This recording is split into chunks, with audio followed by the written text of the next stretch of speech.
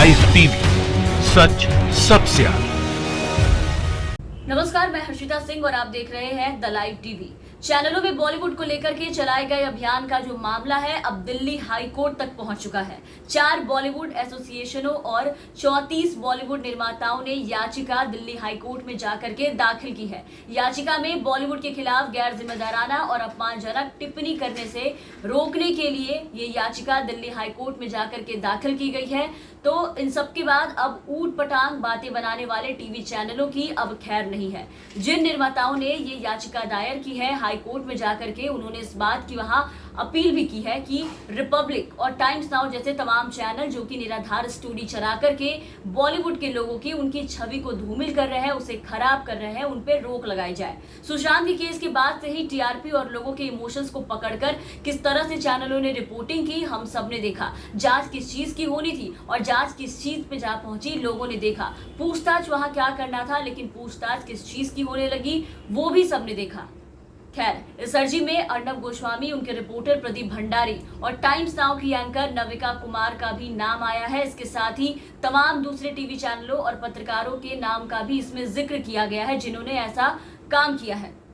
अनुराग कश्यप, ऋचा चड्ढा जैसे तमाम एक्टिविस्ट हस्तियों ने मीडिया पर लगाम लगाने की सिफारिश की है। इसके साथ ही बॉलीवुड फिल्मों के तमाम वो निर्माता भी आगे आए हैं, बॉलीवुड के समर्थन में आए हैं निकल कर के सामने, जिन्हें ये लग रहा है कि इस तरह की मीडिया कवरेज किसी एजेंडे के तहत की जा रही है।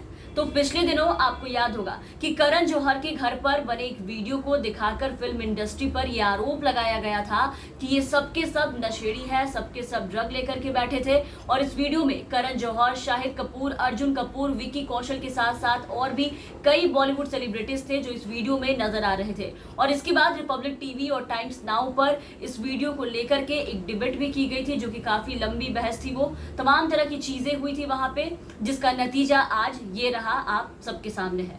लेकिन यहाँ आपको बता दें कि ये जो एफआईआर और मीडिया ट्रायल रोकने की जो बात हो रही है, मीडिया ट्रायल को लेकर के जो आरोप लगे हैं, ये पहली बार नहीं हुआ है जब रिपब्लिक टीवी पर इस तरह के मीडिया ट्रायल का आरोप लगा है या फिर अदालत ने उन्हें कड़ी फटकार लगाई है किसी भी चीज को लेकर के। इसके पहले सुनंदा पुष्कर का केस तो आपको याद होगा, जो कि कांग्रेस सांसद शशि थरूर की पत्नी थी, उनकी भी मौत हुई थी। और सुनंदा पुष्कर मृत्यु के मामले में भी कांग्रेस सांसद व सुनंदा के पति यानी कि शशि थरूर ने अर्नब गोस्वामी के खिलाफ याचिका कोर्ट में दायर की थी। उस वक्त भी दिल्ली हाई कोर्ट ने अर्नब गोस्वामी को इस मामले में कहा था कि मीडिया को समांतर ट्रायल चलाने या बिना पुख्ता सबूत के दावे करने की अनुमति नहीं दी जा सकती है। इसके बाद भी अर्नब गोस्वामी की हरकतों में कोई बदलाव नहीं आया। कोर्ट ने जवाब देने के लिए अर्नब गोस्वामी को नोटिस भी जारी किया था। शशि थरूर ने याचिका दायर कर यह आरोप लगाया था अर्नब गोस्वामी पर कि सुनंदा पुष्कर की मौत के मामले में अर्नब गोस्वामी बिना किसी सबूत के हत्या की खबरें चला रहे थे। और अब रिपब्लिक टीवी और टाइम्स नाउ के खिलाफ मुकदमा एक बार फिर से दायर किया गया है।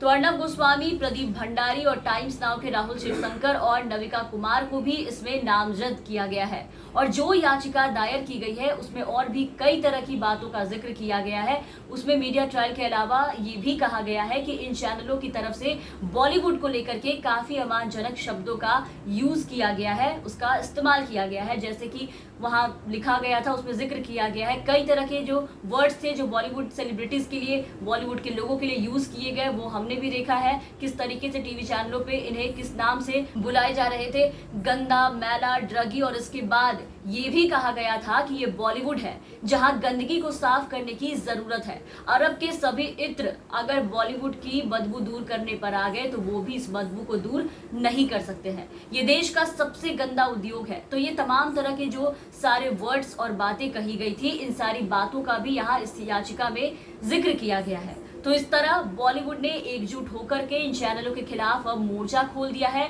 और सिर्फ मीडिया ट्रायल रोकने की ही बात नहीं कही गई है यहाँ, बल्कि न्यूज चैनल से प्रोग्राम कोड का पालन करते हुए ऐसे कंटेंट को भी हटाने की मांग की गई है।